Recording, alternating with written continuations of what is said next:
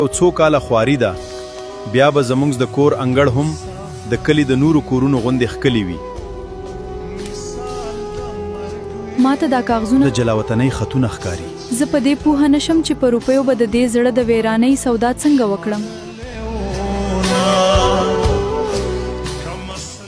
کله چې په پردي وطن کې ستړی شم همدا ستا د وفادارۍ بوی به مې بیرته راژوندي کوي. دا نیمګړی کور مې نه دی پکار. زما د زړه آبادي خو ستا په شتون کې ده.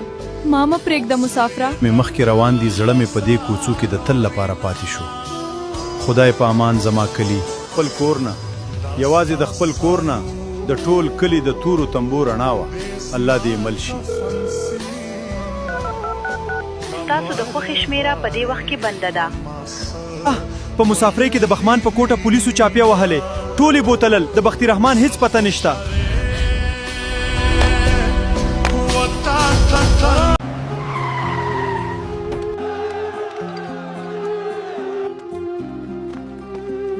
دا سیستم خراب نه دی خان ډرامه ده غواړي چې په تیاره کې زمونږ حق وتښتوي.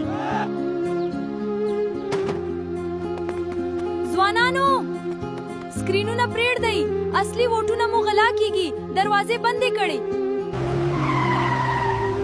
خان صاحب دا صندوقونه د دې کلي د غریبانو امانو امانت دی.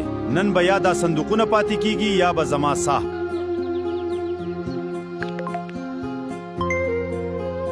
بختي رحمان په غټ اکثریت وکړله. دا څه دی؟ د بختي رحمان د ګټلو دا سرکاري رزلټ خو جعلي دی.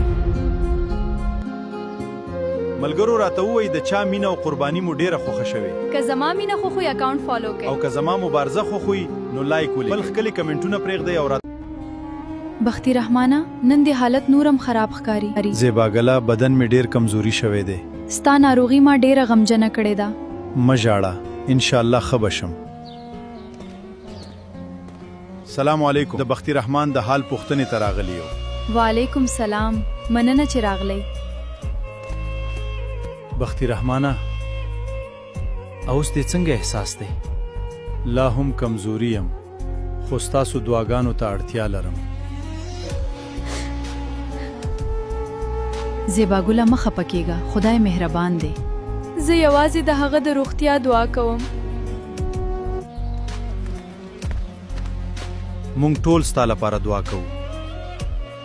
له تاسو ټولو مننه.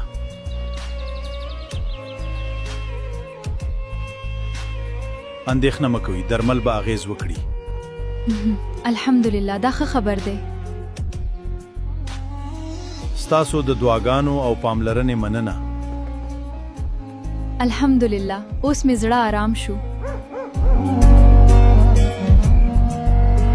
ستاسو د مینې دعاګانو او ملاتړ ډیره مننه. که دا کیسه مو خوښه شوې وي نو زموږ چینل مه هیروئ. د پاک فني بلاګ سره د نورو ښکلو او زړه راښکونکو کلیوالي